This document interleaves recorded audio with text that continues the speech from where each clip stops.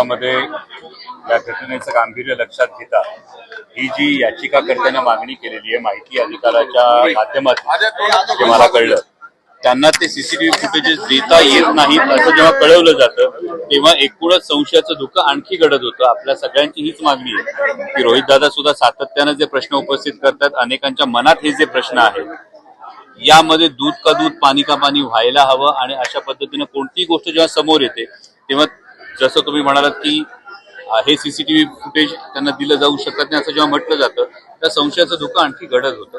त्यामुळे तपास यंत्रणांनी सुद्धा या संदर्भामध्ये ही काळजी घ्यायला हवी की जे काही घडलंय ते स्वच्छपणे समोर यायला.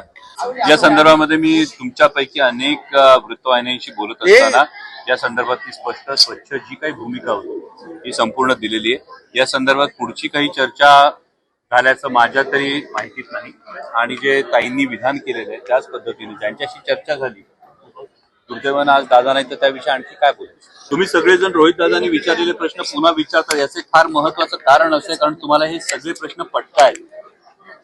तुम्हाला हे सगळे प्रश्न पटतायत की हा जेव्हा प्रश्न पडतो की मोबाईल सापडतो मात्र ब्लॅक बॉक्स जळतो हे का होतं हे जेव्हा रोहित पवार विचारतात हे तुमच्या मनातले प्रश्न आहेत, हे महाराष्ट्राच्या मनातले प्रश्न आहेत आणि त्यामुळे या प्रश्नांची उत्तर महाराष्ट्राला हवी आहे. मला वाटतं आदरणीय भुजबळ साहेब हे फार मोठे नेते आहेत आणि त्यांचा त्रागा मी समजू शकतो कारण जी काही आधी चर्चा झाली होती आता विशेषतः जातनिहाय जनगणना होत असताना ओबीसीचा कॉलम जातनिहाय जनगणनेमध्ये नाही अशी परिस्थिती असताना माननीय भुजबळ साहेबांसारखा एक वरिष्ठ नेता हा संसदेत असणं ही फार महत्वाची गोष्ट होती आणि जी काही प्राथमिक चर्चा ही दादांच्या आमच्याबरोबर झाली होती त्यामध्ये एकदा ओघाने दादांनी सांगितलं होतं की कदाचित भुजबळ साहेब हे राज्यसभेवर असतील अशी एक चर्चा ही आमची अंतर्गत झाली होती आणि आता मात्र इतका सामाजिक प्रश्नाची जाण असणारा नेता न जाता कोट्यवधी रुपये घेऊन निवडणूक रणनीती विकणारी व्यक्ती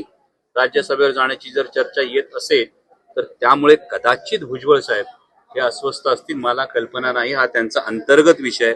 आणि दुसरी महत्वाचा बाब ही आहे की त्यांना या चर्चेत घेतलं किंवा का घेतलं नाही हा त्यांचा अंतर्गत विषय आहे. त्यामुळे त्याविषयी मी उगाच भाष्य करणं योग्य. ज्यामध्ये तुमच्याच माध्यमातून एक व्हिडिओ सुद्धा समोर आलेला आहे. म्हणजे मला वाटतं भुजबळ साहेबांनी मंत्रिपदाची शपथ घेतल्यानंतर अवघ्या काही दिवसातला जो व्हिडिओ आपण एकदा तपासून बघा यामध्ये भुजबळ साहेबांच्या राज्यसभेविषयी सुतोवाचन. छत्रपती शिवाजी महाराजांची कोणाशीही तुलना होऊ शकत नाही. केवळ मला असं वाटतं की माझं हे स्वच्छ माझं मत आहे, भिंतीवर कोणाचे फोटो आहेत यापेक्षा त्या फोटो समोर बसून काय होतं हे बघणं जास्त महत्वाचं आहे. दुर्दैवानं रयतेच्या भाजी देठाला हात लागू देऊ नका अशी शिकवण असणाऱ्या महाराष्ट्रामध्ये जर खुलेआम लाच घेतली जात असेल, मंत्रालयात जर अशा गोष्टीचे ट्रॅप लागत असते तर मागचे फोटो यापेक्षा महत्वाचं पुढची गोष्ट काय आहे ती महत्वाची आहे.